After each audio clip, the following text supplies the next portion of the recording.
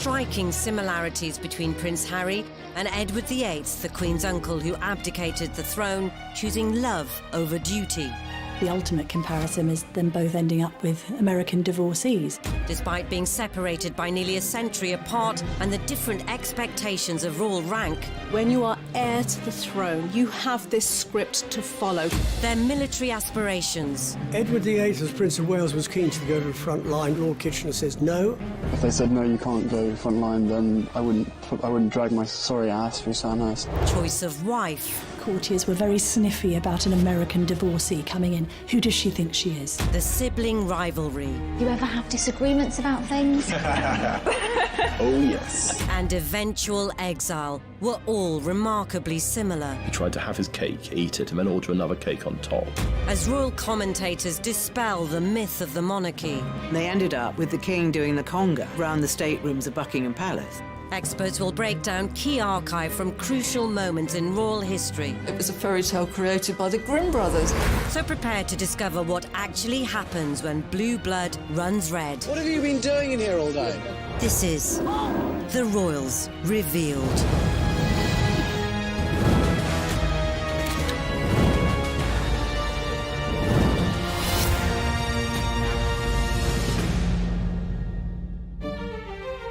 In this episode, we'll reveal how Prince Harry and Edward VIII's lives mirrored each other's, Those major royal players trying to find a solution to a constitutional crisis.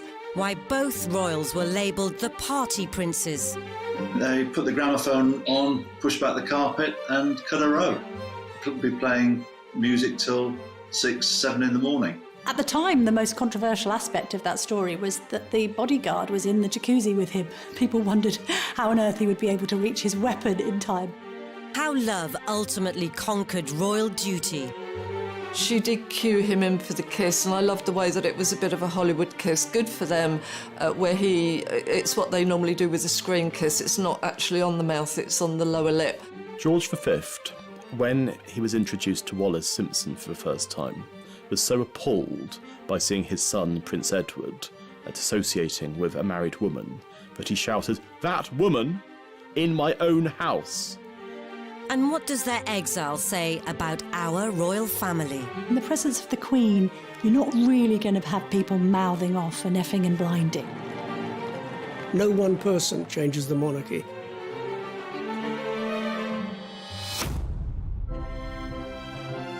From the moment the two princes entered the royal realm, they were destined to experience persistent scrutiny from the world's media. Royal children have always been exposed to prying cameras, whether it's paparazzi or whether it's staff cameramen belonging to newspapers. We had that very famous photograph of Harry sticking his tongue out at photographers. Photographers are not always kosher. They egg on. For example, Harry only stuck his tongue out because the photographers were doing exactly the same. The uneasy relationship with the press continued into Harry's adolescence. Lots was written about Prince Harry's teenage years being that of a royal rebel. He was a playboy prince as far as the press was concerned. There was a bit of that. There was obviously the legendary cannabis smoking and Club H, which was Prince Harry's sort of social scene at Highgrove. And what we saw was Harry falling in and out of nightclubs, sometimes a little bit inebriated, on the odd occasion lashing out at paparazzi. All of these things are damaging perhaps to a certain extent for the monarchy, but actually, interestingly, endeared the public to Prince Harry because there was this sense that he was just a normal lad trying to let off steam. The same can be said of Edward, who, at the impressionable age of 16, became the Prince of Wales. Prince Edward was the golden boy of the royal family. He was probably the first royal pin-up. His face appeared on playing cards, on matchboxes, on tea towels. He was seen as the bright hope of the royal family. But the lofty title didn't prevent his own regal rambunctiousness. They put the gramophone on, pushed back the carpet and cut a row. Could be playing music till 6, 7 in the morning. Because the nickname that Edward had was Peter Pan, and certainly just as Peter Pan wanted to fly to Neverland, Edward wanted to escape Buckingham Palace, a place that he hated and always had bad association. I think with Edward, when you are heir to the throne, you have this script to follow. People practically tell you what to do in order to get there. That is your position in life that you're born to. It is inevitable, perhaps, that at some point you'll want to break loose, find your own voice. With Harry is the spare. He's like, my brother's got this. There is no particular roadmap for me. I'm just going to let loose. And that's what he did. Both princes had grown up with media attention, but they'd also grown up surrounded by the military.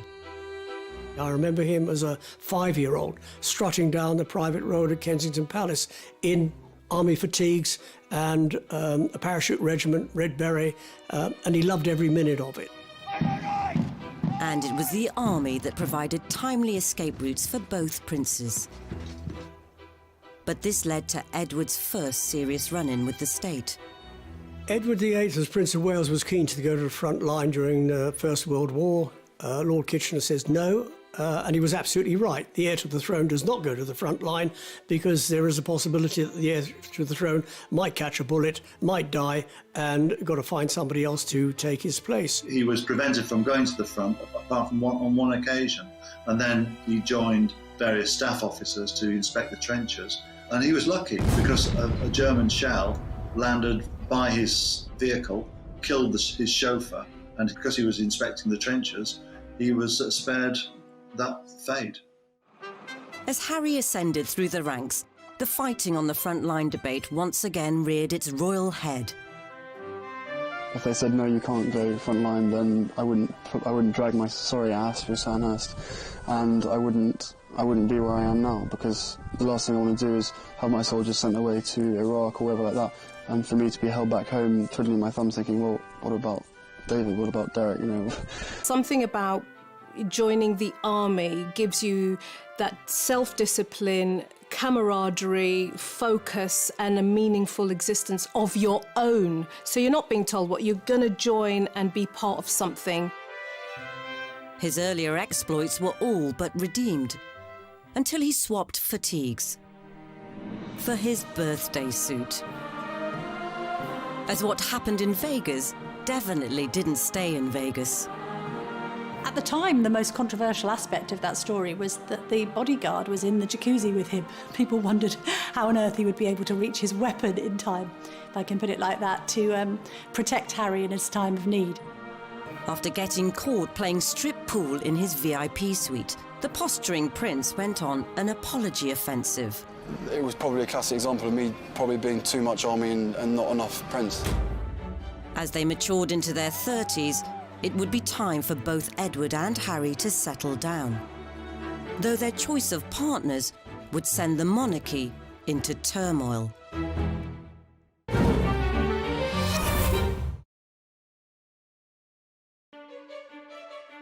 Edward VIII and Prince Harry shared many similarities. Both were skilled in military manoeuvring.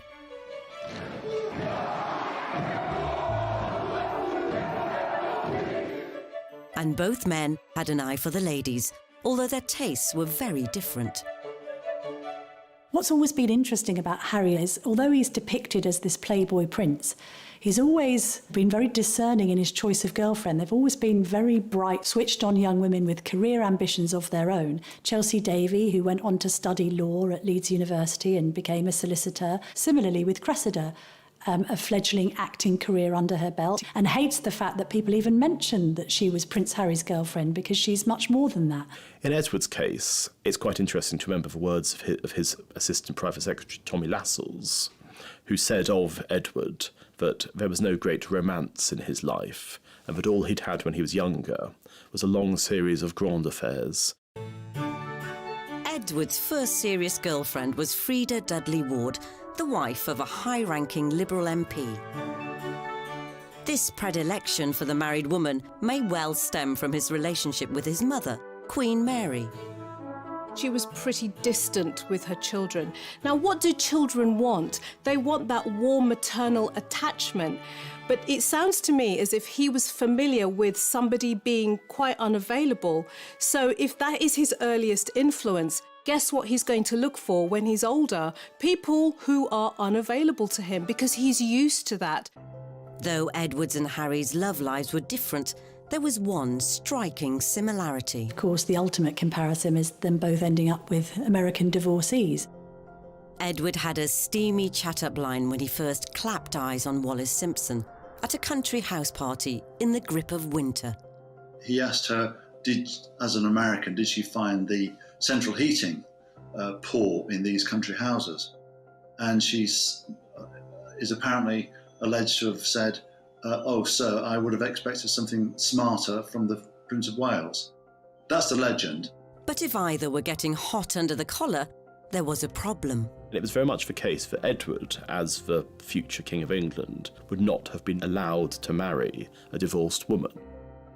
So it probably wasn't the best idea to bring her to the palace to meet the puritanical parents. George V, when he was introduced to Wallis Simpson for the first time, was so appalled by seeing his son, Prince Edward, associating with a married woman, that he shouted, "That woman in my own house!" And thereafter he had to be reassured, falsely, that Edward was not in a sexual relationship with her. Here was the future king lavishing Mrs. Simpson with what they felt was the family fortune, giving her jewellery, bracelets, necklaces. And the House of Windsor thought that they were being burgled from the inside out. Alec Harding, who was Edward's private secretary, often believed that the stress and misery that George was faced with for having seen his son cohabiting with Wallis was one of the things that led him to an early grave. Harding's theory may well have been correct, as George V died within 2 years, leaving the bewildered new King Edward VIII to address those who are now his subjects. I feel that his death is not only an overwhelming grief to my mother and to us, his children, but that it is at the same time also a personal loss to you all. George V was very reluctant to admit his son, Prince of Wales, into the inner sanctum of monarchy. That is to say, to read the red boxes, all the top secret documents, confidential papers, and so on. So he left the Prince of Wales hanging, and he didn't really prepare him for his future role as king. And George would have been turning in his grave if he'd known who was tagging along at the proclamation.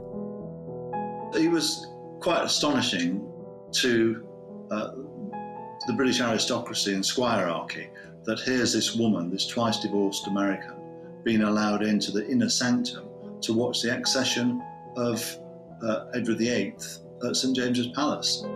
Yet, for the British public, she remained a mystery. There are pictures taken of her next to Edward, and most of the papers owned by Lord Beaverbrook, the proprietor of the Express and the Evening Standard, either cut her out altogether or referred to her simply as Edward's friend. Unfortunately for Harry, there was no such censorship when Meghan came on the scene in 2016.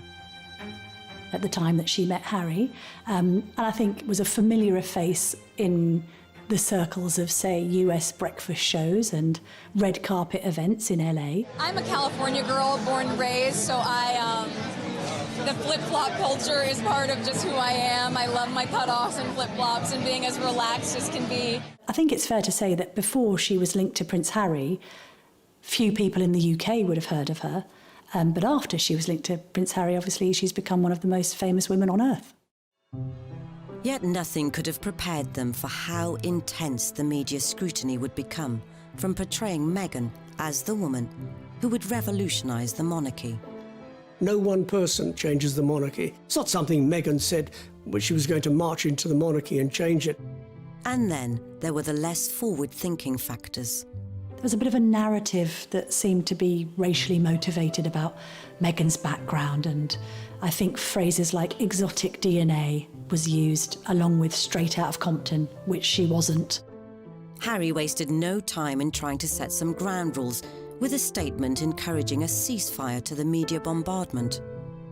Harry called that up and said, this isn't right, cover the relationship fairly, by all means, but don't go around besieging family members.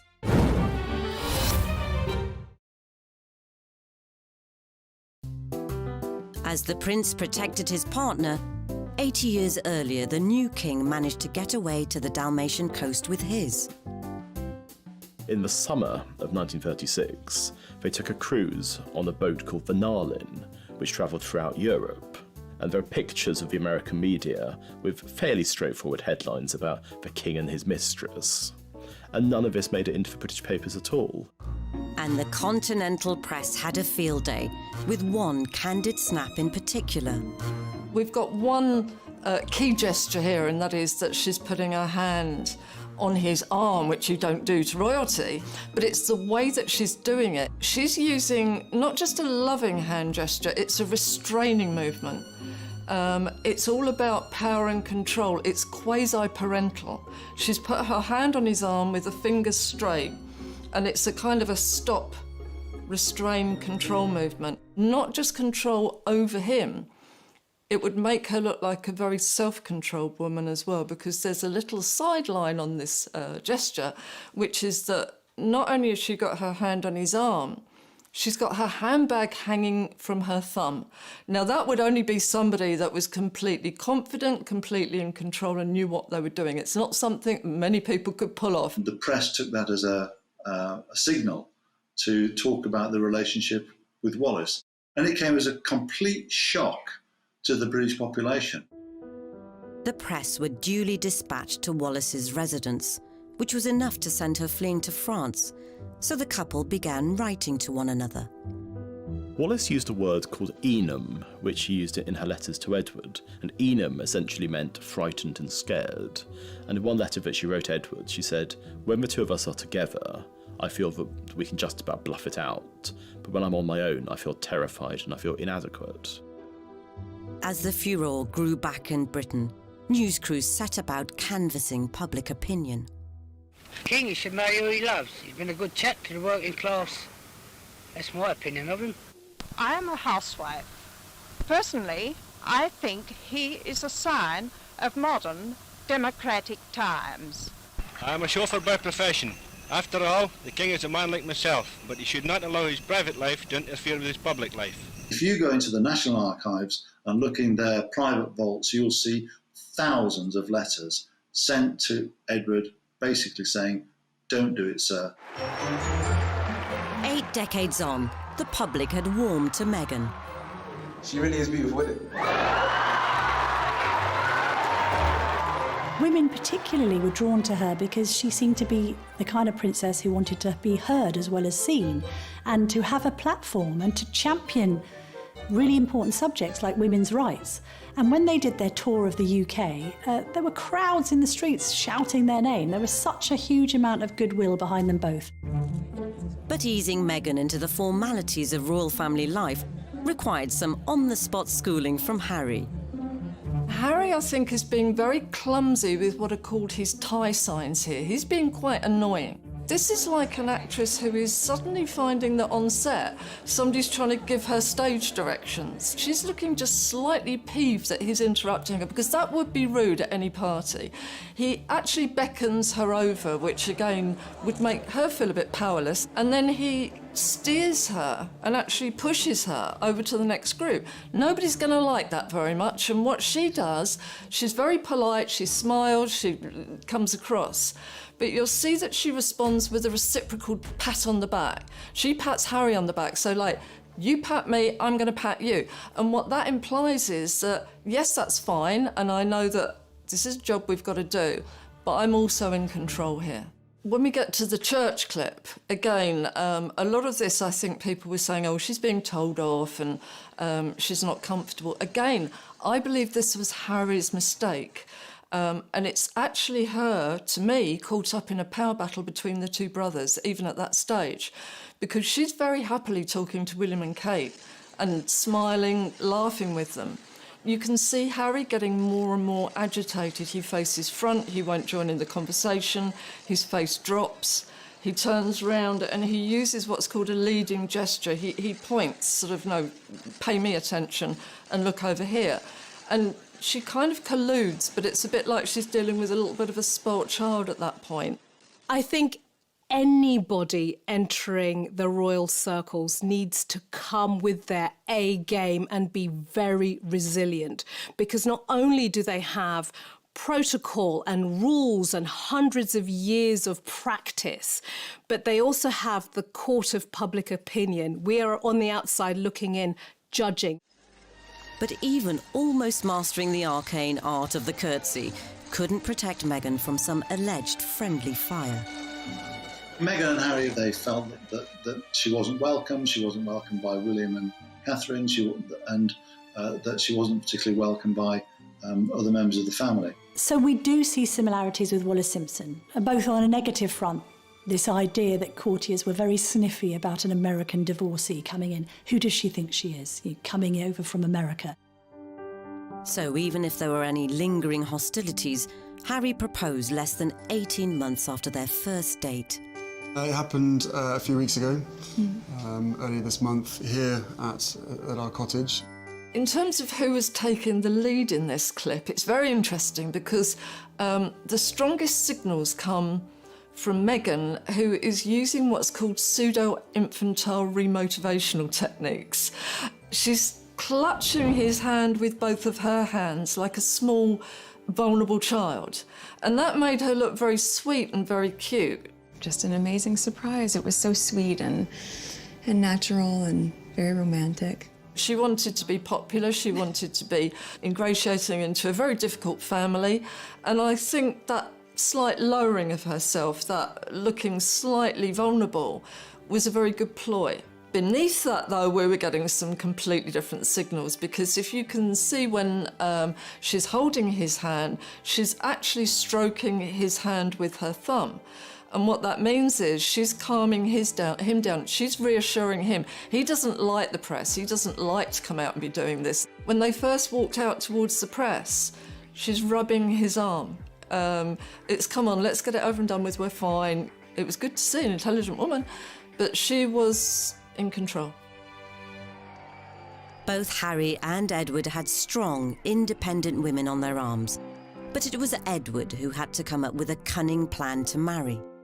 In late 1936, Edward raised the possibility of a morganatic marriage with PM Stanley Baldwin, meaning he'd still be king, but Wallis Simpson wouldn't be queen. What he tried to do was he tried to have his cake, eat it, and then order another cake on top. And that led to the most spectacular meltdown in any kind of possibility of his remaining king. After the government rejected Edward's proposal, he informed the government of his intentions to abdicate on December the 9th. And by December the 10th, he was gone. 2 hours ago, I discharged my last duty as king and emperor.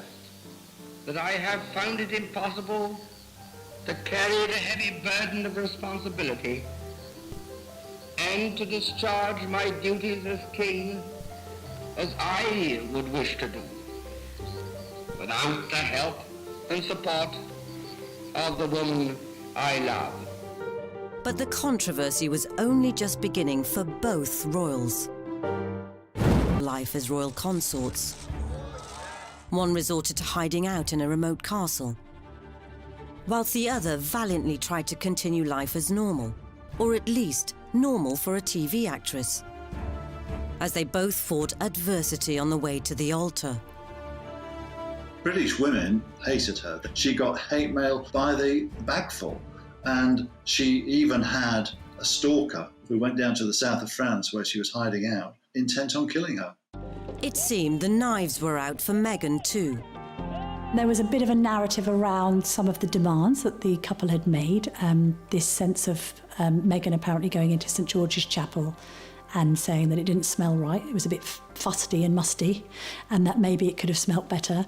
Other stories then emerged of Prince Harry effectively telling, we think, one of the Queen's most senior aides what Meghan wants, Meghan gets. It's kind of set a narrative around a couple who were being quite demanding. Wallis had also tried to take control.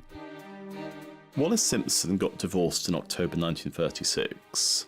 Her divorce was technically illegal because it involved all of these various things, such as collusion with her husband Ernest. And it's almost certain that Ernest was paid off in order to allow the divorce to take place. So you have to imagine that Wallis, as a divorced woman, was actually in a rather odd position because her decree nisi didn't come through until April 1937. A fortnight later, George VI had been officially crowned. And with Edward VIII downgraded to the Duke of Windsor, the former king could formally seal the deal. But his wedding was unlike any royal nuptials before or since. The king and the commoner became man and wife. Edward's wedding to Wallis involved around a dozen people. It was being held in France with a vicar who was essentially a publicity seeker, because the Archbishop of Canterbury, Cosmo Lang, who hated Edward, had specifically forbade any kind of formal ceremony taking place under the Church of England auspices. As the aged gatekeeper toasts the newlyweds, the Duke and Duchess appear to have their wedding pictures taken. Here comes the bride to join Edward in the happiest moment of their lives. I love the phrase, the happiest moment of their lives. I would say tell his face that, because, no, what we're seeing, not particularly blissful, I'm afraid. They present, they stand there very nicely, they smile from the cameras, but again, Edward uses this Windsor male habit of anxiety rituals, and you can see him with the tie, and even more tellingly, when he's facing the cameras, you can see the muscle working away on the side of his cheek. So he was tense and impatient. What I find really telling, though, is when they finish doing the photographs and walk away, she just goes off up the stairs by herself and almost back into this kind of social role with the other people that are up there. And he's left to kind of go round behind them and just stand there. You'd expect them to be welded together at this point. This is their wedding day, the clue's there. And yet she seems more like hostess socialising, but not with him. By the time that they married in the summer of 1937, Edward and Wallis had been the most famous couple in the world. Yet there's an absence of joy. And so if you look at Harriet and Meghan's wedding, and the obviously joyful occasion that was, it was in stark contrast to what had happened 75 years before. A new royal couple, a new chapter, and after the intimacy of the marriage vows, a place on the world stage. When they came out of the church, I think probably the most normal, happily in love couple that we've seen in the royal family, really. I mean, he showboated to the crowds out there. He looked immensely happy, which was very good. I think, you know, he probably, again, it had been a very tense build-up to the wedding for him, but we got, I think, the old impish Harry came back at that point. She did cue him in for the kiss, and I loved the way that it was a bit of a Hollywood kiss. Good for them, where it's what they normally do with a screen kiss. It's not actually on the mouth, it's on the lower lip, and that means you don't mess the makeup up and everything. So I think they've done a bit of rehearsing, why not? In a rare triumph over the prying press, Harry and Meghan managed to keep their honeymoon destination a secret. Whilst Edward and Wallis openly tested the waters of public opinion around Europe.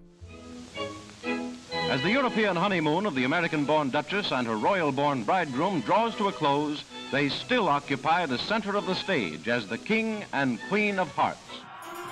Despite the Sussexes' huge popularity all over the world, some areas of the media continued to plague them. Even news they were expecting was seen as fair game for critique. There was so much criticism about Meghan and the way that she kept cradling and holding her baby bum, and I don't know, some people in the press, it's almost like, oh, she's overdoing it and showing it off. So what? No. I think the big problem was that people didn't get that for years and years and years, particularly in the royal family, it was almost seen as a bit obscene when they were pregnant, so they'd end up wearing a bell tent dress, and then suddenly we got a very liberated woman who would wear whatever she wanted to wear, even if it was quite a tight dress, a revealing dress, and constantly cradling the bum. And I would say good for her. She was so clearly in love with her baby bump, which is natural. The trouble is the media seem to have taken offence at this and gone at her quite negatively and made it out that she was doing something unnatural, abnormal, and almost to the point of heinous. And she wasn't. Lots of mothers do that every day, but they're not in the public eye. And I think for Meghan, it may have been another attempt to other her, put her in a different box. Have you seen the way she's behaving? It's not quite the done thing, although there are loads of examples of Kate doing exactly the same thing. Even the decision to not replicate Harry's own newborn on the hospital steps shot was the subject of scorn. Births, deaths and christenings and weddings have always attracted media attention. The media want them. If they didn't let them in, there'd be a tremendous furore, as we saw with the christening of Archie. Harry and Meghan, they didn't want photographers, and there was a lot of adverse press against them. So, you know, it's a catch-22, isn't it? Damned if you do, damned if you don't. Eventually, enough was enough. And in October 2019, the Sussexes released another statement admonishing foul play. The second press statement was effectively suggesting that there was a vendetta or a campaign against Meghan, and that the media wasn't motivated by the right incentives when covering the Sussexes. And that's then taking the coverage extremely personally and suggesting that you are being treated unfavourably, for instance in the case of Meghan against Kate. Again, there's short memory syndrome going on, because back in the day when Kate was on the scene, she was being called Weighty Katie. Her and Pippa Middleton, her sister, were called the Wisterias because they were fragrant with a ferocious ability to climb. Short memory or not, Harry and Meghan were on the offensive, and they seemed to be handling it personally. Some of the wording of the second press statement was a bit jumbled and a bit confused. It was also laced with Americanisms, and therefore looked as if it was being written by Meghan directly.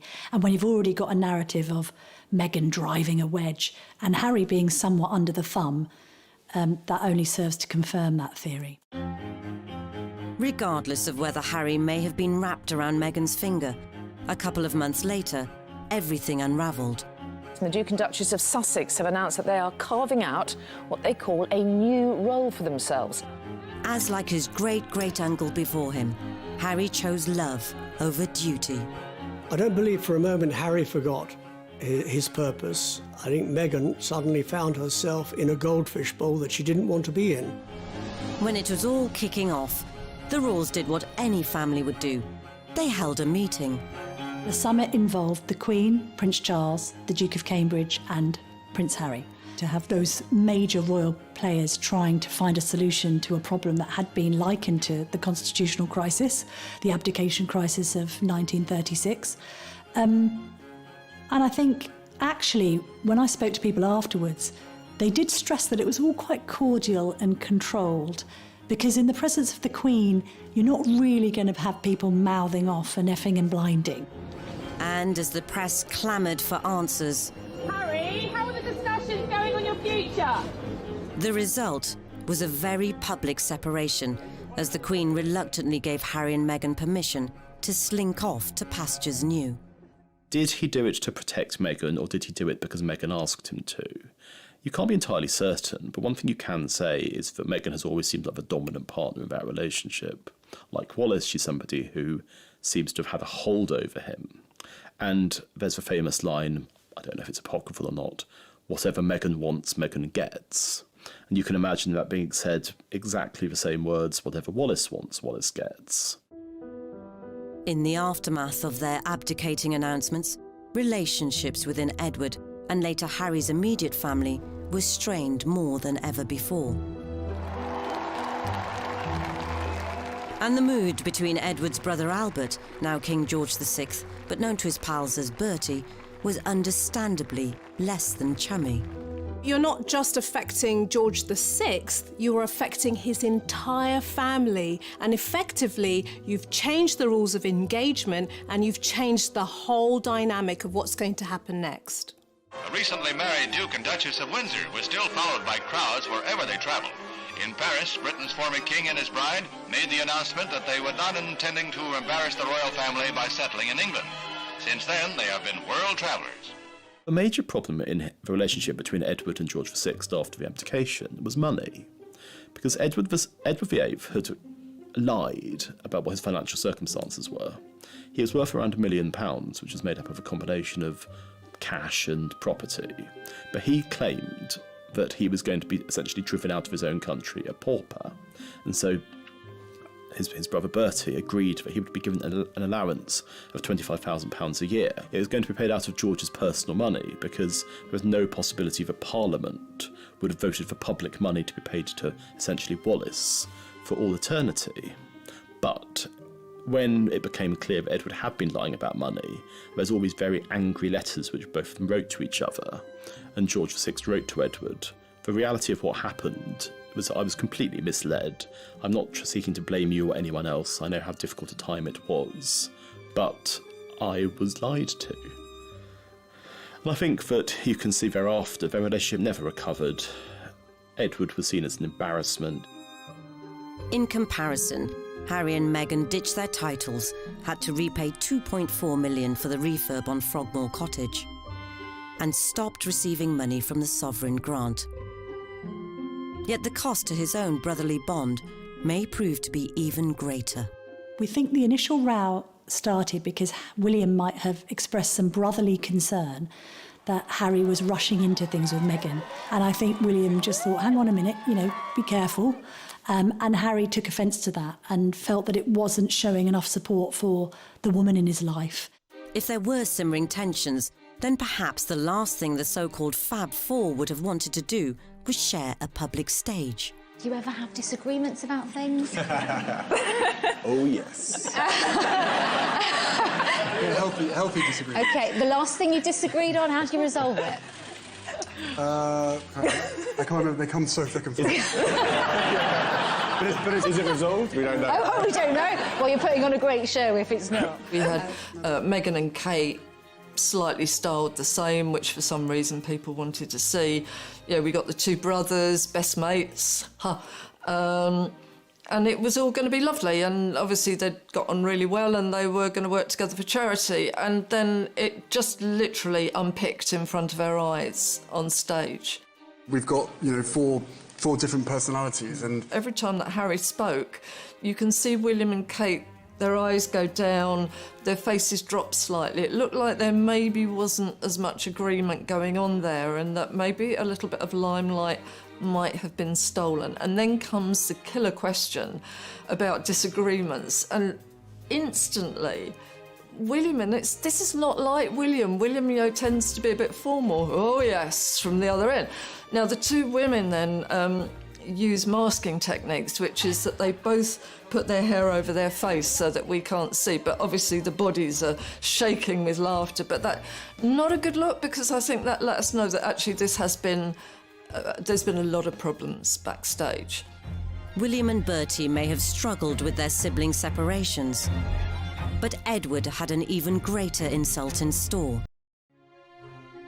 In the months following Edward VIII's abdication and Prince Harry's decision to ditch his royal duties, the old enemy, the media, continued to track both men's movements, desperate to know what would happen next.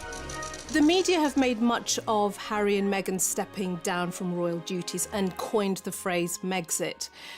Is there any chance that it actually might have been Harry's exit? He might have been the person to make the decision to say, you know what, I want to step away from this and protect my wife and my child. While Harry was being resolute, Edward surrendered to the Nazis, visiting occupied Germany in 1937. He was somebody who did the most stupid things, going to visit Hitler, giving Hitler a Nazi salute, and being received by him in 1937, when Britain was on the verge of war. It was an action that you can only see through the prism of absolute rank stupidity.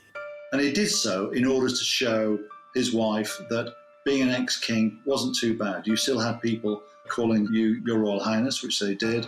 All the kind of perks of being royal were transferred to Nazi Germany. And I don't think it's overstating the case to say that Edward's visit to Germany in 1937 was the single worst thing he ever did. The severely agitated king had no option but to put as much distance between Edward and the Third Reich as possible.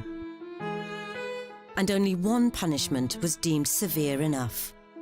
He sent him to the Caribbean. He was made the governor there.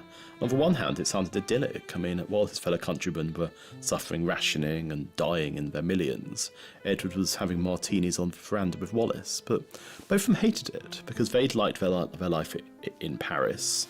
They'd seen themselves as being these cultural sophisticates, and now they were on this small island where they had all the money that they could spend, but nothing to spend it on. He used to phone his brother constantly to give him advice, and it got to the point where George VI told the switchboard operator at Buckingham Palace not to let the calls through. One of the Sussexes' last public appearances came at the Mountbatten Music Festival at the Royal Albert Hall, where they were the reluctant centre of attention. Suddenly she emerged in victorious red. You wear red to be noticed, you don't wear it to kind of hide or anything like that. And the sheath dress that she was incredibly upright in, she had more makeup on than she would normally have worn, and we got the smoky eyes. It was a lot more Hollywood. I think he may have been expecting the old rotten tomatoes to come flying through the air, but he got cheered, and you can actually see as he's getting the applause and the cheering, he's almost growing in confidence at that point. And you can actually see him becoming very tearful as the clapping goes on. He has an accelerated blink rate. You can see him swallowing quite hard, and she kind of pats him to sit down, not because they don't want to be there, but I think he's probably going to dissolve in tears at that point. So I think he was moved and touched. I think they wanted to be there, but I think their worry was that other people didn't want to see them there. Once they found out they were still popular, not a problem. Though the Sussex backstep may not have been as momentous as a king extracting himself from a whole empire, Harry's departure highlights the dilemmas faced by those born to a life in service, and how this can clash with their hopes, desires, and what they believe best for loved ones. They've gone off into the sunset to live in Los Angeles, and I hope they succeed. But he's not got any friends there, and any friends he has made are probably strap hangers. But as they try and settle in the States, are there painful lessons to be learned from Harry's great-great-uncle? The irony is that they had huge potential as a couple to do good as humanitarians, for charities, but they didn't. They spent their lives going from one party to the next, and it was a fairly vacuous life in the end. And with Edward sometimes travelling alone, rumours of marital difficulties surrounded them for the rest of their lives. Who said there was a rift in this fabulous marriage? If this is incompatibility, I'll take some too. There had been rumours about the fact that the two of them were having problems, and they tried to do something that is now very regular with public figures. They tried to disprove those rumours with their body language in a public display of affection. It's gruesome to watch. It's like a baby rejecting food, the turning of the head. And then it gets worse because, he's not going to let her go, and she pulls her head away. You can see her arching her back. It actually looks as though she's kind of repelled by him. It's awful, absolutely awful. As Harry and Meghan pursue a progressive new role, only time will tell how much or how little we will continue to see of them. I think that the major difference between Harry and Meghan and Edward and Wallis is that Harry has been somebody who's much more attuned to popular feeling than Edward ever was. I know that some people in Britain are glad to see the back of them because they don't think that they've behaved well, but there are others who thought, fair play, you're prioritising your immediate family and you want to do things differently and you want to make some money, go and do it. I see their mission far more rewarding, ultimately, than that of Edward and Mrs. Simpson. Whatever their future holds, one thing is clear. If Harry is to ensure he won't end up languishing in another country like Edward did, he must find a new sense of purpose and maybe, just maybe, tone down his vitriol